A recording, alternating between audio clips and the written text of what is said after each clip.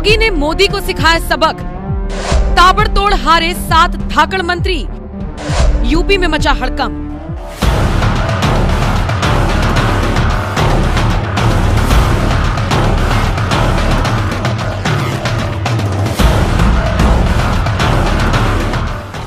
UP में BJP को मुंह की खानी पड़ी है। 400 पार का दम भरने वाली बीजेपी बहुमत के आंकड़े से भी काफी दूर नजर आई।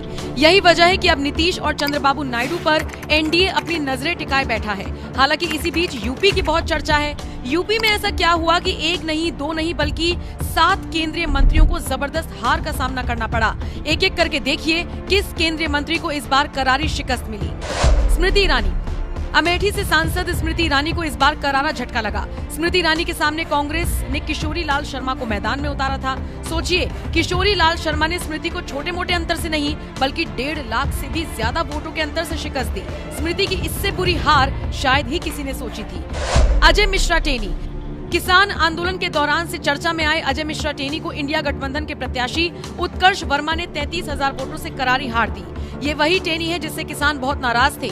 योगी ने आला कमान से अपील की थी कि उन्हें टिकट ना दिया जाए, लेकिन योगी को दरकिनार कर जो फैसला लिया गया वो बीजेपी पर उल्टा साबित होता हुआ नजर आया। महेंद्र नाथ पांडे। चंदौली लोकसभा सीट का रिजल्ट आउट हो चुका है। सपा प्रत्याशी ने केंद्रीय मंत्री महेंद्र नाथ पांडे को हराकर जीत हासिल की। साध्वी निरंजन ज्योति। फतेहपुर से केंद्रीय मंत्री साध्वी निरंजन ज्योति को भी बुरी हार मिली। सपा के पूर्व प्रदेश अध्यक्ष नरेश उत्तम पटेल बहुत अच्छे मार्जिन से जीते हैं। संजीव बालियान। मुजफ्फरनगर सीट से 2 बार के सांसद संजीव बालियान को इस बार सपा के हरेंद्र मलिक ने बुरी तरह से हरा दिया। ठाकुरों की नाराजगी का खामियाजा संजीव बालियान को उठाना पड़ा। भानु प्रताप सिंह। जालौन से भानु प्रताप सिंह को सपा प्रत्याशी नारायण दास ने बुरी तरह से हराया। कौशल किशोर। मोहनलालगंज सीट से सपा के प्रत्याशी आर.के. चौधरी ने बीजेपी सांसद और केंद्रीय मंत्री कौशल किशोर को करारी मात दी। तो ये है वो 7 धाकड़ मंत्री जो अक्सर अपने बयानों की वजह से जाने जाया करते थे, जिन्हें मोदी के खास नेताओं के तौर पर जाना जाता था। लेकिन देखिए, ये 7 के 7 केंद्रीय मंत्री अपनी सीट बचाने में नाकामयाब साबित हुए, जो कि मोदी के लिए एक बहुत बड़ी चुनौती है। और शायद यही वजह है कि केंद्रीय खेमे में इस वक्त टेंशन का माहौल। इस मंच पर भारतीय जनता पार्टी की एक पीढ़ी ऐसी है जिन्होंने अमेठी में संघर्ष शुरू किया 1970 के दशक में।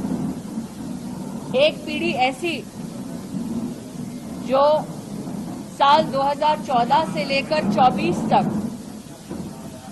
हारी जीती और आज फिर संघर्ष के मोड़ पर खड़ी है।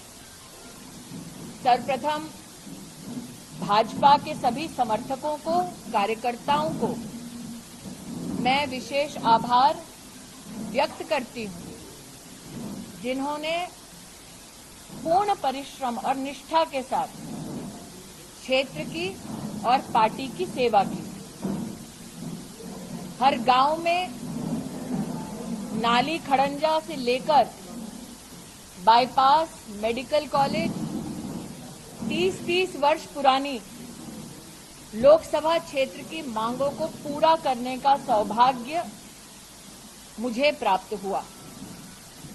आज मैं नरेंद्र मोदी, योगी आदित्यनाथ जी का विशेष आभार व्यक्त करती हूं कि 5 वर्षों के अल्प समय में 30 वर्षों के कामों को पूरा किया मोदी योगी सरकार ने।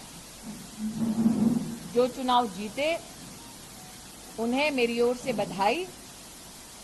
मैं आशा करती हूं कि हमने जितनी निष्ठा के साथ गांव-गांव जाकर जनता की सेवा की, गांव-गांव जाकर प्रतिदिन उसी प्रकार से अमेठी की सेवा होती रहेगी। पुनः दोहराती हूं, मेरे साथ आज विद्यमान है तेजवान सिंह, रामप्रसाद जी, जिन्होंने संघर्ष का झंडा अमेठी में उठाया 1970 के दशक से। आज हमारी पीढ़ी ऐसे हमारे वरिष्ठ कार्यकर्ताओं, नेताओं के प्रति कृतज्ञता का भाव रखते हुए आभार वंदन करती है।